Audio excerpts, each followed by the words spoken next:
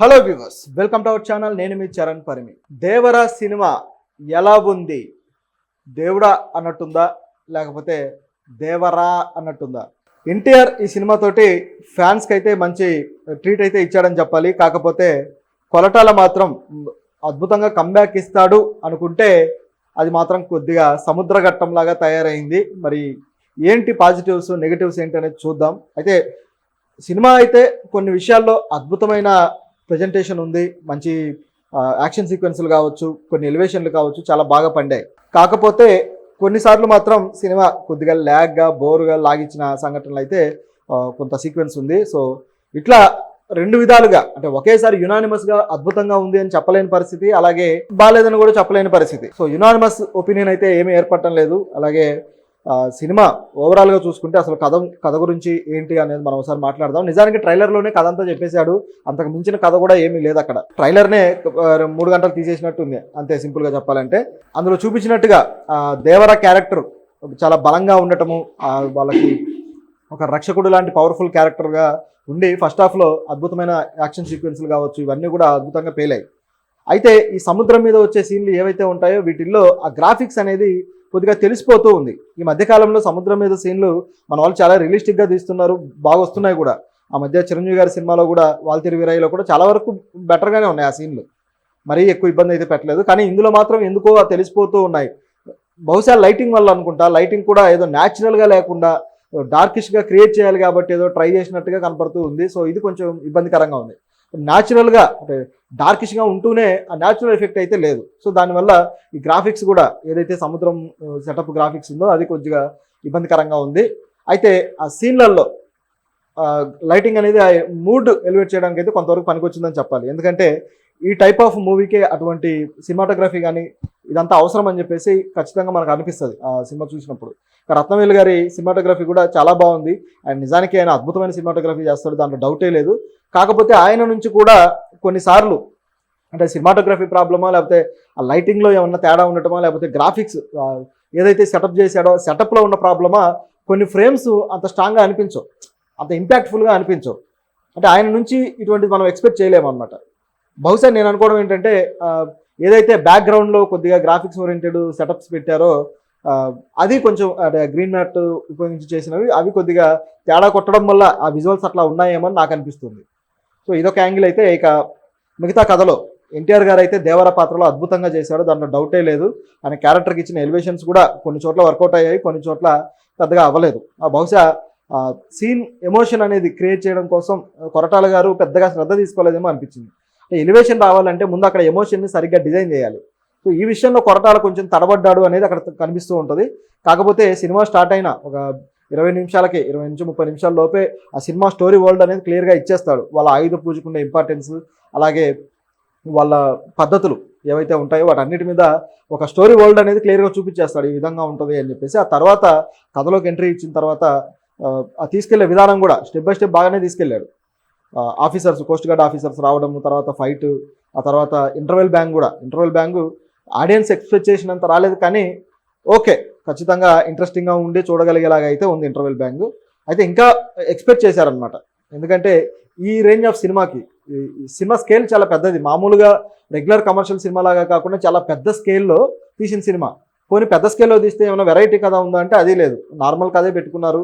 ఒక 2 క్యారెక్టర్లు, అలాగే ఒకడు భయపడేవాడు, ఒకడు ధైర్యవంతుడు, మొత్తం వాళ్ళ కమ్యూనిటీ మొత్తాన్ని కాపాడేవాడు, వాళ్ళ మీద దాడి చేసే వేరే ఒక కాలకేయులు లాంటి ఒక బ్యాచ్, ఈ టైప్ ఆఫ్లో సెటప్ ఉంది అనమాట. సో ఇది క్యాజువల్గానే ఉంది, పెద్ద వింతగా విచిత్రంగా అయితే ఏం లేదు, వైవిధ్యంగా అయితే కనపడలేదు.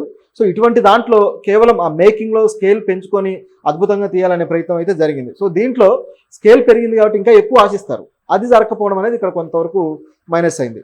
కాకపోతే ఆ సీక్వెన్స్ కొంతవరకు వర్కౌట్ అయింది. ఆ తర్వాత అప్పటిదాకా కూడా మిగతా క్యారెక్టర్లు కూడా బాగానే పర్ఫామ్ చేశాయి. సైఫ్ క్యారెక్టర్ కావచ్చు, ఆ తర్వాత మెయిన్ క్యారెక్టర్లు ఏవైతే ఉన్నాయో అవి అయితే వాటికి స్కోప్ కూడా పెద్దగా ఇవ్వలేదు.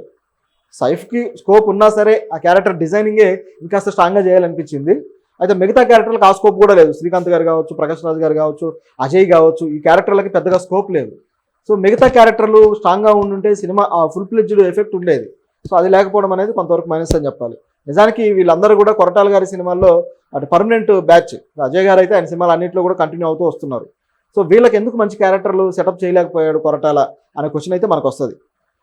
సో ఇది ఇక్కడ ఉన్న క్యారెక్టర్ల పరిస్థితి అయితే ఇక హీరోయిన్ జాన్వి క్యారెక్టర్ గురించి చెప్పాలంటే ఇంకా నథింగ్ అని చెప్పాలి. ఎందుకంటే ఆవిడ క్యారెక్టర్ కేవలం ఏదో కాసేపు రిలీఫ్ కోసం పెట్టినట్టుంది తప్పితే హీరోయిన్గా ఆవిడకంటే ఒక ఇంపార్టెన్స్ ఏదో ఒక ప్రయారిటీ అయితే లేకుండా పోయింది. ఆ ఒక సాంగ్లో మాత్రం ఆవిడని చూపించేసి తీసేసినట్టుంది. ఇది ఒక యాంగిల్. అయితే దీంట్లో ఇంకో నష్టం ఏం జరిగిందంటే ఆడియన్స్ ఎక్స్పెక్ట్ చేసిన ఒక సాంగ్ అయితే లేదు. ఇది పెద్ద దెబ్బ. సో బాగా ఆల్రెడీ పాపులర్ అయిన సాంగ్ దావుదీ సాంగ్ ఆ సినిమాలో లెంత్కి అడ్డమైందనో మరి ఏ కారణంతో ఆ సాంగ్ని అయితే లేపేశారు. ఇది సర్ప్రైజింగ్ థింగ్. చివరికి క్లైమాక్స్లో వేద్దామని అనుకున్నారట. అనుకొని అంటే రోలింగ్ టైటిల్స్లో వేద్దాం అనుకుంటే అప్పటికి ఆల్రెడీ క్లిఫ్ హ్యాంగర్ అనేది మనకి ఇచ్చేశారు ఆడియన్స్కి నెక్స్ట్ పార్ట్కి లీడ్గా. కాబట్టి ఇప్పుడు మళ్ళీ తీసుకురావడం అనేది అనవసరం అనే యాంగిల్లో వాళ్ళు ఆ పాటను వేయకుండా ఆపేశారంట. మొత్తానికి ఆడియన్స్కు ఆ సాంగ్ తోటి రావాల్సిన ట్రీట్ అయితే దెబ్బపడ్డట్టు అయింది. మరి తర్వాత యాడ్ చేస్తారో ఆడియన్స్ డిమాండ్ని బట్టి లేదా చూడాలి. ఎందుకంటే సినిమా మిక్స్డ్ టాక్ ఉంది కాబట్టి ఖచ్చితంగా ఇది యాడ్ చేసే అవకాశం ఉంది. బహుశా ఈ రోజు నుంచే యాడ్ చేస్తారేమో అని చెప్పి అనిపిస్తుంది నాకైతే. ఎందుకంటే ఇలాంటి సందర్భాల్లో ఉన్న పాజిటివ్స్ వాడుకోవాలి, లేకపోతే దెబ్బ కొట్టే అవకాశం ఉంది. సో ఇది ఇక్కడ ఉన్న పరిస్థితి. ఇలా దీని తర్వాత ఇక కొరటాల గురించి మాట్లాడుకోవాలి. కొరటాల ఆచార్య సినిమా తర్వాత మామూలుగా కొరటాల వర్క్ మీద చాలా నెగిటివ్ ఇంపాక్ట్ అయితే పడింది. అలాగే ఆయన మీద నెగిటివ్ కామెంట్స్ బాగా వచ్చాయి. ఎందుకంటే ఆ సినిమా ట్రీట్మెంట్ కావచ్చు, డైరెక్షన్ కావచ్చు, ఓవరాల్గా ఫెయిల్ అయినట్టు అనిపించింది. సో ఇక కొరటాల పస అయిపోయింది అన్న టైంలో ఆయన కసితోటి మళ్ళీ బౌన్స్ బ్యాక్ అవ్వాలని చెప్పేసి ఈ సినిమాని తీశాడు. ఈ సినిమా ట్రైలర్ చూసినప్పుడే ఆచార్యతోటి కంపారిజన్లు వచ్చాయి. రకరకాలుగా రామ్ చరణ్ గారి గెటప్, ఎన్టీఆర్ది ఆ దేవరా గెటప్, అదేవిధంగా కమ్యూనిటీ పీపుల్ ఎవరైతే ఉన్నారో వాళ్ళు అక్కడ పాదఘట్టం, అలాగే ఆ ఎలిమెంట్స్ కూడా చాలా వరకు దగ్గరగా ఉండి గెటప్స్ ఇవన్నీ కూడా సోను సూద్ గెటప్, ఇటువైపు చూస్తే సైఫ్ అలీ ఖాన్ గెటప్, ఇట్లా అన్నీ పోల్చుకుంటూ వచ్చారు.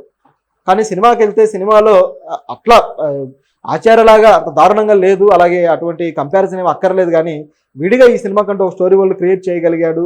సపరేట్ సెటప్, సెట్టింగ్స్ కావచ్చు, ఇవన్నీ చూపించగలిగాడు. అలాగే తనకు ఉన్న దాంట్లో ఎంత చేయగలడో అంత చేశాడు కొరటాల. కాకపోతే అది సినిమాకి సరిపోలేదు. అది ఇక్కడ ఉన్న ప్రాబ్లం.